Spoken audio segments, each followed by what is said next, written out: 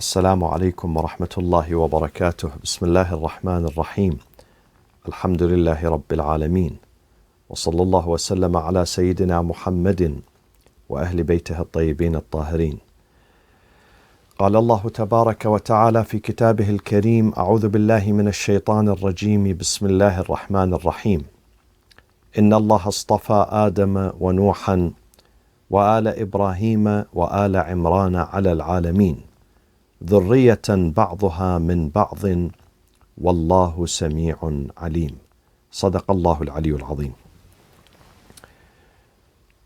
Tonight is the eve of the last day of the month of Safar, the end of the month of Safar, the anniversary of the martyrdom of the 8th Imam of the family of the Prophet, Al-Imam Ali ibn Musa Ar-Reda, alayhi salatu wassalam, who was born in the city of Medina in 148 Hijri and died in the city of Tus in Khurasan in 203 Hijri. So he lived for only 55 years. I have spoken about him over 3 months ago, July 2nd, 2020, about his life and legacy. So for further elaboration, you can go to the archive on YouTube and follow that lecture. Today's or tonight's lecture is going to be on the relationship between Al-Imam Ali ibn Musa Ar-Reda, peace be upon him, and the Abbasid Caliph Al-Ma'mun, Abdullah Al-Ma'mun, the Abbasid, and why the Ma'mun chose the Imam to be his vicegerent, Waliyul Ahd, his successor, the crown prince. We will come to this. But before we discuss this, there is a question. There is a legitimate question. It says, shouldn't we leave the position of Khilafah and Imamah to people to decide, to democracy, voting? Why don't people vote on this position? Isn't it more democratic than having it being vested or established in only one family? Because they say when you put leadership in only one family, then in the long run you're going to develop corruption and dictatorship, because this family is going to have its grip on power. They would not let go, and then automatically they become corrupt because they are above the law, because no one dares to challenge them, to ask them. This is true, my friends. When it comes to the political situation, when it comes to ordinary people, this is very true. Democracy is definitely better than monarchy. Definitely better than monarchy.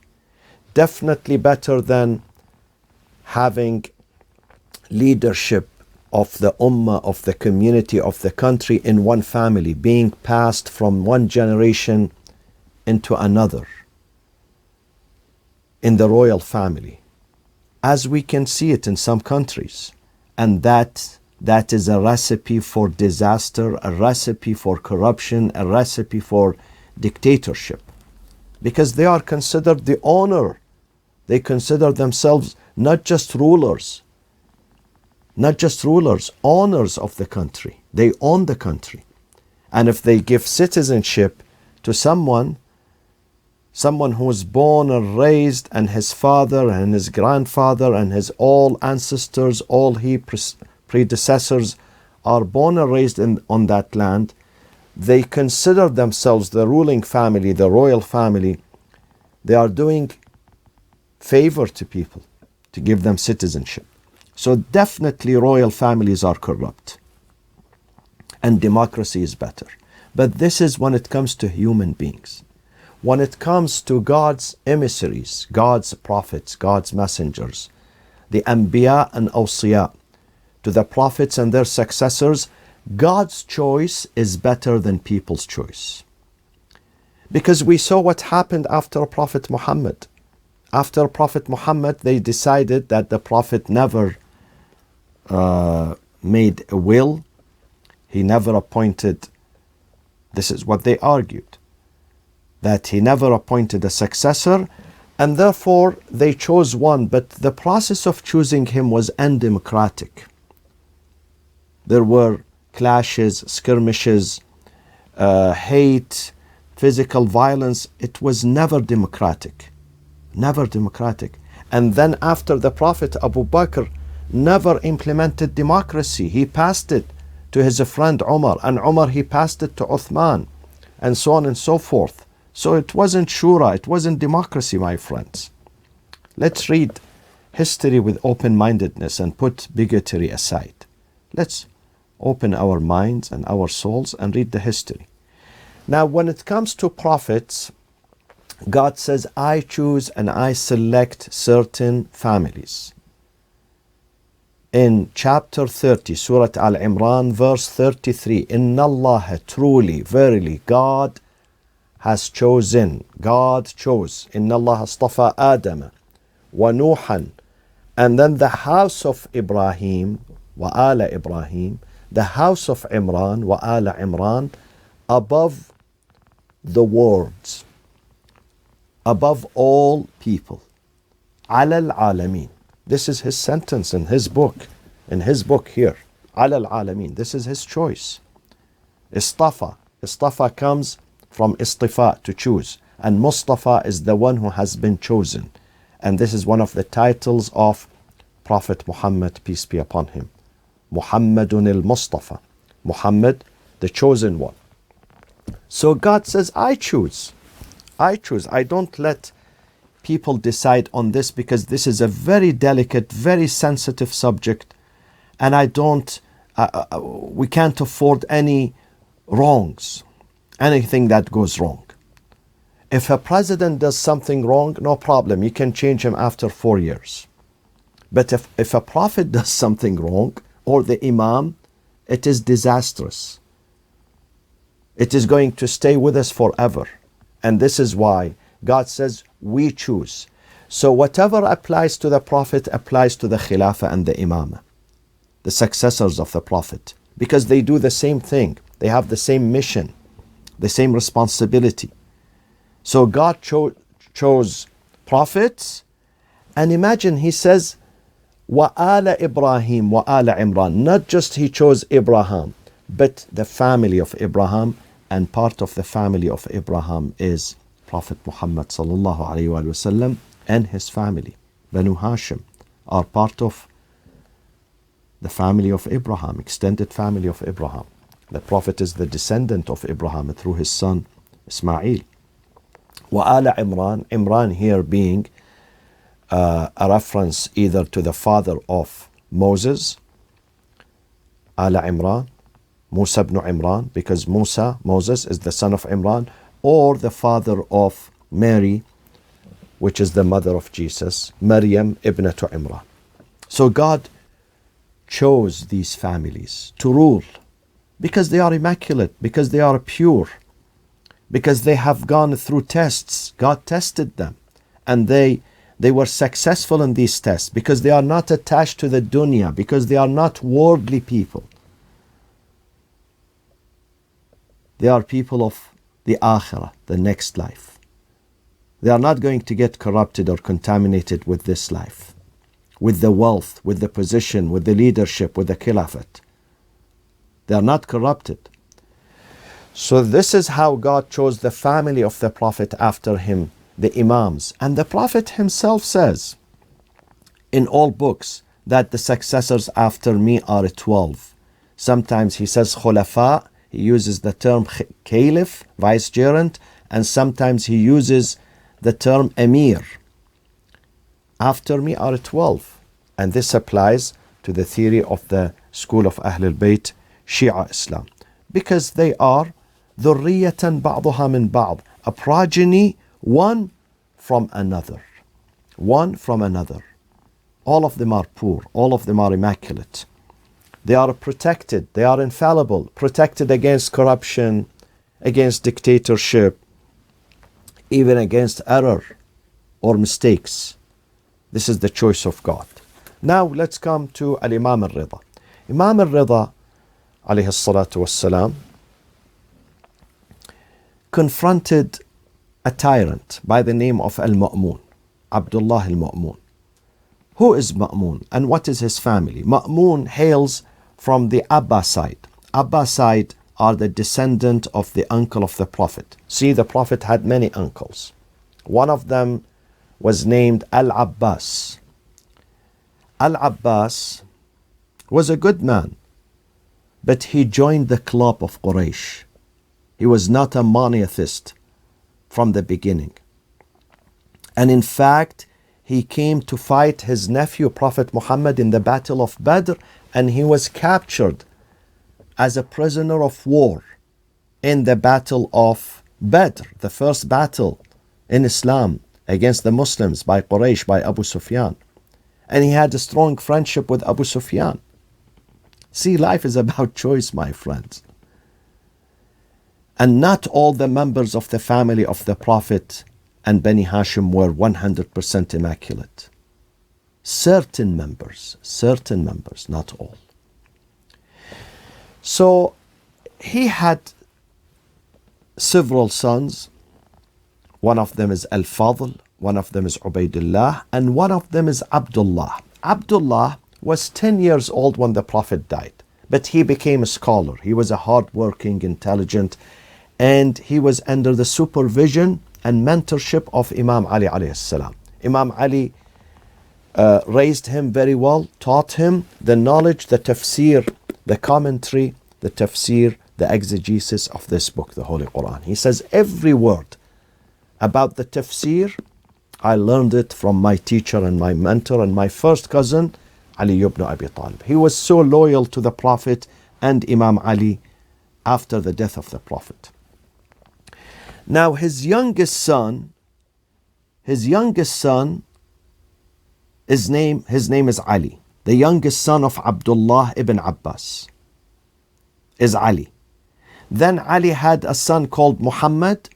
Muhammad was the mastermind of the dynasty of the Abbasid or the Abbasid Empire. In fact, he was the muassis, the founder. And he was mobilizing the people against Bani Umayyah because the tyranny of Bani Umayyah was so rampant that people were fed up with them. They were tired, especially after their murder of Imam Hussein alayhi salam. People decided to get rid of them. So there were uprisings and revolutions everywhere. So Muhammad, which is the grandson of Abdullah ibn Abbas, was the mastermind of this movement. And the Abbasides came to power on the bandwagon of this slogan, that we are here to defend the family of the Prophet, the Alawiyun. Alawiyun is a reference to the children of Imam Ali and Fatima al-Zahra, peace be upon both of them. Ar-Reda min Ali Muhammad. We came to satisfy the family of the Prophet because power has been usurped from them. So we are here to give them the power back, the Khilafah back, to give them their rights back. That was their slogan. That was their, their speeches and their declarations. Muhammad had two sons who became the first and the second caliphs of Bani al-Abbas. One of them is Abdullah al-Saffah, Abu al-Abbas al-Saffah. The second, Abu Ja'far al-Mansur. Those are the children of Muhammad. So the first one, Abu al-Abbas al-Saffah, became the caliph. Then he passed the caliphate to his brother, Abu Ja'far al-Mansur, the one who built the city of Baghdad. He didn't like the family of the Prophet. And he was the one who murdered Imam al-Sadiq, because he saw that the family of the Prophet, the descendant of Ali and Fatima, Alawiyun, they are a magnet attracting the people. And therefore he felt insecure. And because there were several revolts by the Alawiyun during his reign. So he decided to end this resistance and this movement by killing the leader of that movement, which is Imam Ja'far al-Sadiq alayhi salam. So he poisoned Imam al-Sadiq. Then came his two sons. One of them is Al-Mahdi, the other is Al-Hadi. After that came Caliph number 5, which is Harun al-Abbasi, is nicknamed Rashid. Rashid means mature, but he was not mature, so I don't call him Rashid. I call him Harun al-Abbasi. Caliph number 5. Harun was well known for his extravagant, super extravagant lifestyle. In his palace, there were hundreds of maids, dancers, entertainers, and that is in Baghdad. And the nights of Alif Layla wa Layla, these are legendary stories written in the books. They were made, these stories, many of them are real, took place during the reign of Harun al-Abbasi. Harun had several wives who were official wives and several others who were non-official. The official ones were Zubaydah, his favorite one, and she controlled him. In fact, she controlled the caliph. Zubaydah had a son called Al-Amin, and then he had another maid from Khurasan by the name of Marajil in his palace, and he begot a son from her by the name of Al-Ma'mun. And then he had another third wife in his palace by the he begot from her his third son by the name of Al-Mu'tasim. That third wife was Turkish. So before his death, he decided that Khilafah would pass through his children, but then because the empire was so big and expansive, therefore he decided to cut it into two pieces, the eastern and the western. The eastern part, the capital of it is Khurasan, the city of Maru in Khurasan. And the governor there is going to be his second son, Al-Ma'mun. And the western one is going to be in Baghdad. The capital of it is Baghdad, and the governor is Al-Amin. However, after his death, Al-Amin succeeded him, and then number 7 caliph Al-Ma'mun. Harun was the one who murdered Imam Musa al-Kadhim alayhi salam in Baghdad. Ma'mun, caliph number 7, murdered the 8th Imam, Imam Ali ibn Musa al-Reda, in Mashhad, in Khurasan, in Tus. Tus, the ancient name of the city. Al-Ma'mun had clashes with his brother Al-Amin. There were war between them. Eventually Al-Ma'mun overpowered his brother Al-Amin, murdered him, and then he succeeded him and he became Amir al-Mu'mineen. Amir al-Mu'mineen, the leader of the faithfuls. And he was very young. He was very young. And he died young, actually. He died at the age of 48. At the age of 48. His father Harun is buried in Tus. In fact, he forced them to bury Imam al-Rida next to his father. So where Imam al-Rida is buried, there is also the grave of the father of Ma'mun, which is Harun al-Abbasi, next to the grave of Imam al-Rida. But him, Al-Ma'mun, died about 15 years after Imam al-Rida. Imam al-Rida died in 203, Ma'mun died in 218. Ma'mun died in Tartus. The father, Harun, died in Tus. The son, Ma'mun, died in Tartus. Don't get mixed between them, confused between them. Tus is in Khurasan, part of the Iran, part of the ancient Iran. Tartus is in Syria, on the Mediterranean.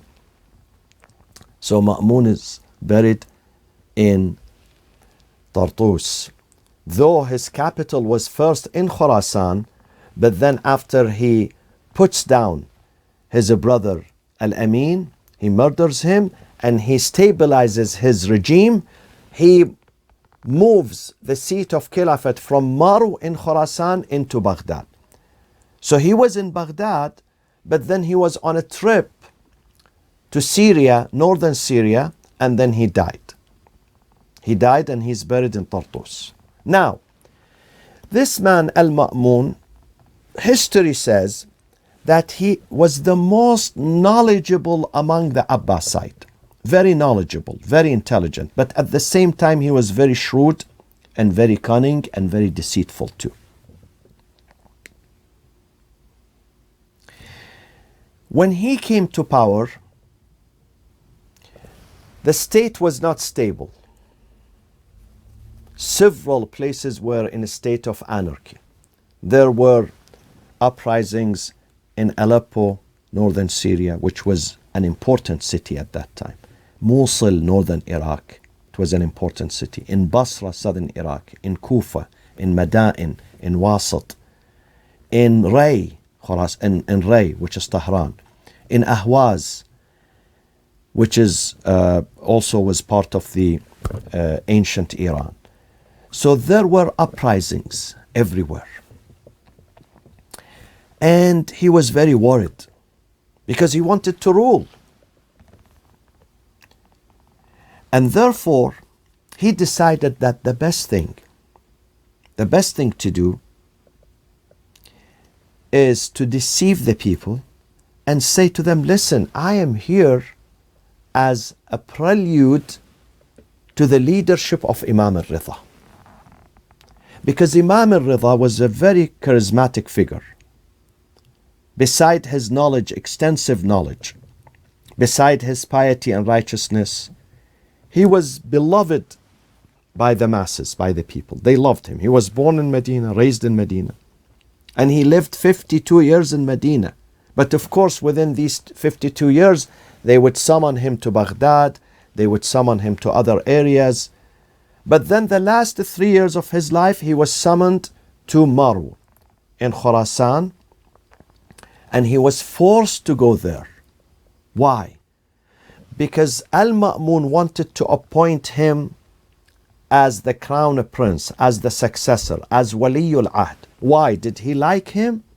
Some people say yes, because he liked him. But it wasn't about liking the Imam. Because there were rivalry between the Abbasid and the Alawite. Though they are cousins. They are cousins.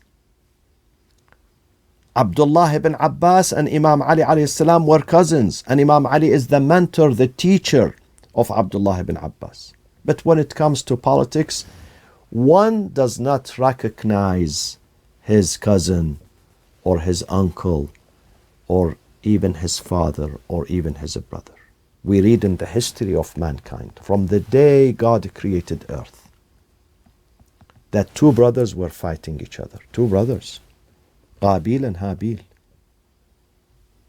And this example is plenty. We have a plenty of such examples where two brothers were rivaling each other and racing. And they were killing each other because of the seat of the Caliphate, because of leadership, because of a position in the government, because of money, because of land. So my friends, Al-Ma'mun felt insecure. And therefore, one of his ways to deceive the people and to bring about some sort of a stability to his regime was to ask the Imam to be his successor, so people would admire Ma'mun and say, well, he's a virtuous man then. Because he knew that people love Imam Ar-Reda and they love Ahlul Bayt in general. And he knew that people remember the day Abbasiyun came to power. They came with this slogan that we are here to bring back Ahlul Bayt to the leadership position, to the Khilafah. So he was desperate for legitimacy. Because he also, Ma'mun, was able to reach power after 5 full years of fightings against his brother Al-Amin, where hundreds of thousands of people perished and died. And the dynasty of Bani al-Abbas almost collapsed because of these fightings between the two brothers Al-Amin and Al-Ma'mun.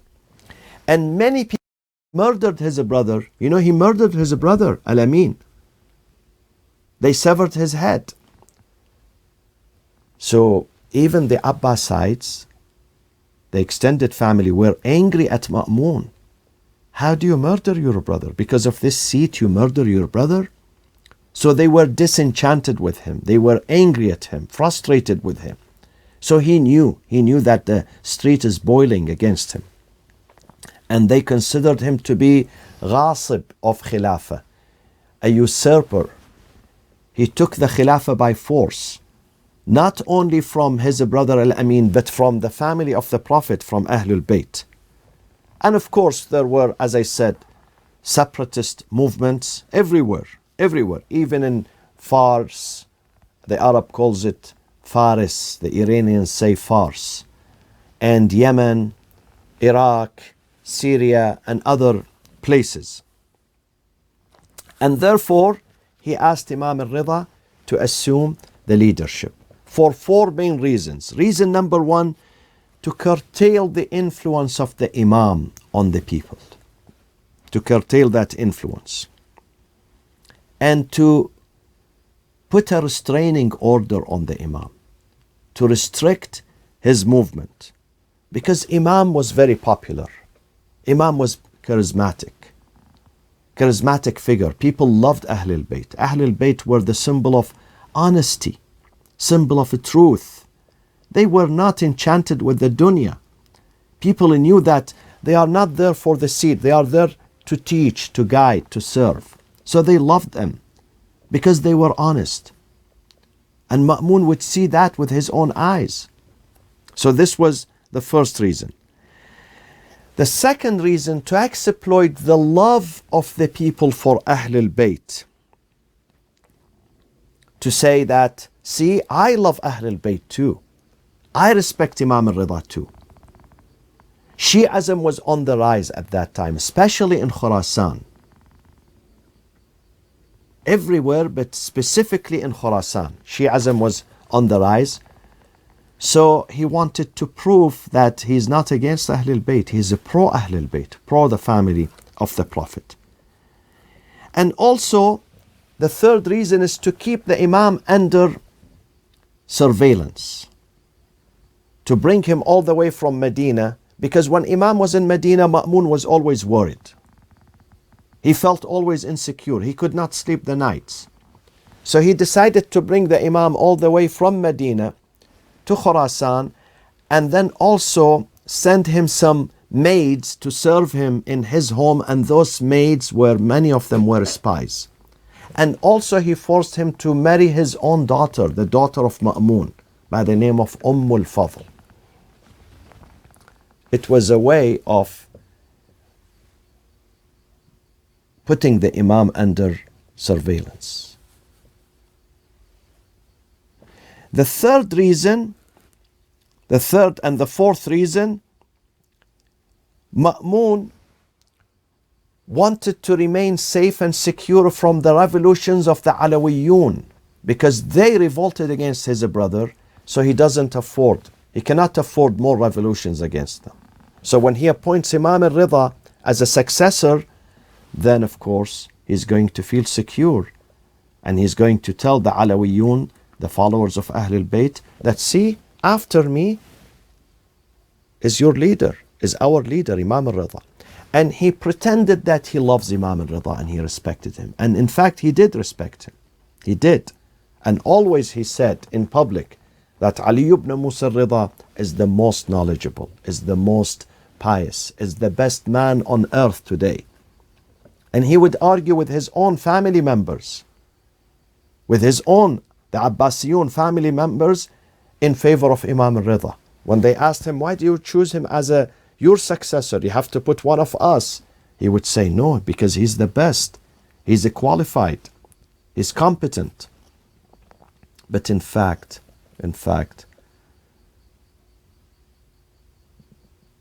he felt threatened by the Imam. And he brought the Imam all the way from Medina to Khurasan to poison him. And this is what happened. Because Al-Ma'mun outlived the Imam 15 years. And he was younger than the Imam 22 years. Younger than the Imam. Imam is born 148 Hijri, Ma'mun is born 170 Hijri. So Ma'mun was 22 years younger than Imam Ar-Reda. And if he's younger, he cannot be his successor. So this was for publicity. It wasn't real. He really did not want to have the Imam as his successor. He brought the Imam to put him under control. And this is what he did. So he kept sending letters to the Imam. Oh, Yabna Rasulullah, oh my cousin, oh Sayyidi, sometimes he calls him Sayyidi, my master. I want you to come to Khurasan. You deserve to be the leader here. People love you. The Imam said to him, I'm sorry, I'm here in Medina. I'm doing my role in Medina. I'm not interested in power. I'm not interested in government. I'm not interested in politics. Leave me alone. But he kept sending messages one after the others until he forced the Imam. He said to him, if you don't come to Khurasan and accept Wilayatul Ahd, vicegerency, then your life is in danger. He forced the Imam, and Imam came. On the way, Imam stopped in Naysabur. Naysabur at that time, my friends, many of the cities today shrunk. They don't have the same role that they used to play and enjoy in the past. One of them is Ray in Iran. One of them is Ahwaz. One of them is Naysabur itself. One of them is Khurasan itself, Maru. One of them is Basra. They don't have the same role that they used to enjoy in the past. One of them is Mosul. One of them is Aleppo. These cities were great cities of knowledge. So this city of Naysabur now, it's an ordinary city, Naysabur. Maybe a tourist attraction, maybe, I don't know. But at that time, and Qom also, Qom at one point had 200,000 scholars. Can you imagine? City of Qom? 200,000 scholars, muhaddithin and jurists and transmitters of hadith. Naysabur was the same. Many of the Shia and Sunni scholars today, not today now, but who wrote books, historians, and exegetes on the Quran, fuqaha, jurists, are from the city of Naysabur. So when he arrived into Naysabur, two of the greatest scholars, Hafidhan, Hafiz Abu Zar al-Razi, Al-Hafiz Muhammad ibn Aslam al-Tusi, ومعهما من طلبة العلم ما لا يحصى. A great number of students came and surrounded the caravan of the Imam, and they said to him, please, Yabna Rasulullah, please, we beg you to recite a hadith that is connected to Prophet Muhammad. You heard the hadith from your father. Your father heard the same hadith from his father. The grandfather heard it from the great-grandfather until we reach the Prophet. And that chain is called the golden chain, because all of them are golden. Imam Ar-Reda narrating from his father Imam Al-Kazim, Imam Al-Kazim from Imam Al-Sadiq, Imam Al-Sadiq from Imam Al-Baqir, Imam Al-Baqir, Zayn Al-Abidin, Imam Hussein, Imam Ali, the Prophet from God. Listen to this hadith. La ilaha illallah hisni. The sentence, there is no God but Allah. The sentence of Tawheed, monotheism. The most important foundation of our religion and every religion.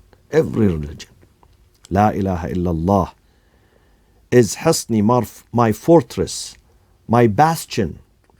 فَمَنْ دَخَلَ حِصْنِي, whoever enters my fortress and my bastion, أَمِنَ مِنْ عَذَابِي, is secure from my punishment. You receive automatic immunity.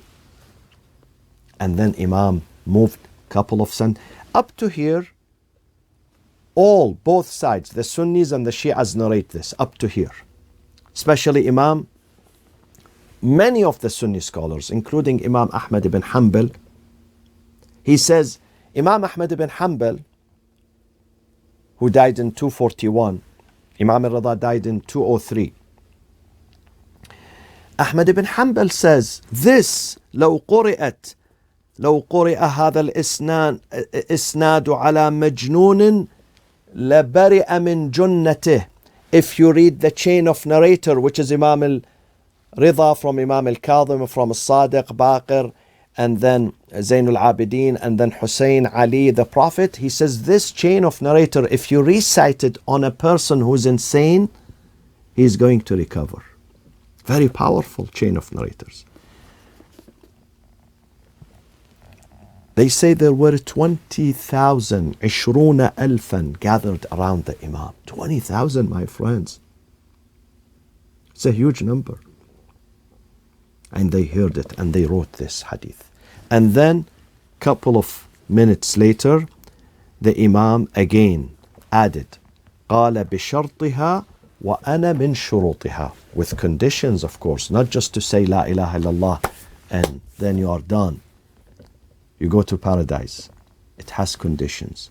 And one of these conditions is me, meaning imamah, to believe in the imamah after that. To believe in monotheism, to believe in tawheed, monotheism, to believe in the Prophet, nubuwwah, and to believe in the succession to the Prophet, which is the Imam.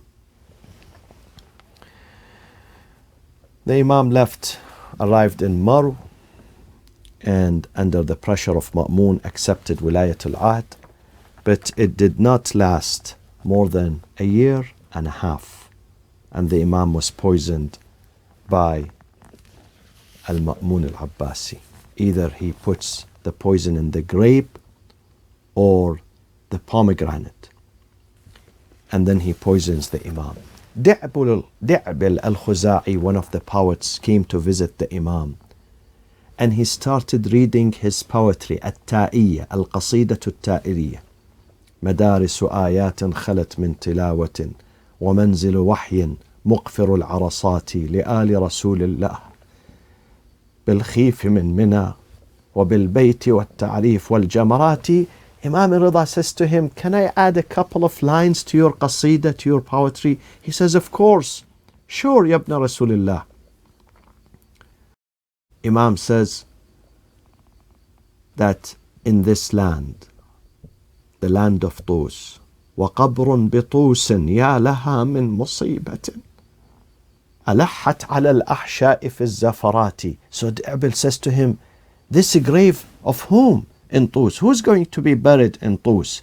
Imam answers him, Ali ibn Musa, أرشد الله خطبه وصلى عليه أفضل الصلوات. It's my grave.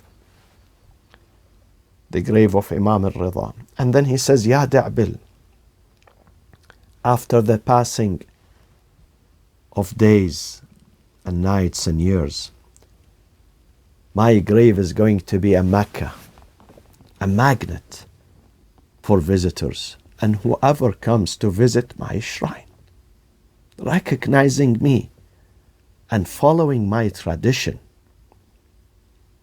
I am going to be his intercessor, his shafi' on the Day of Judgment.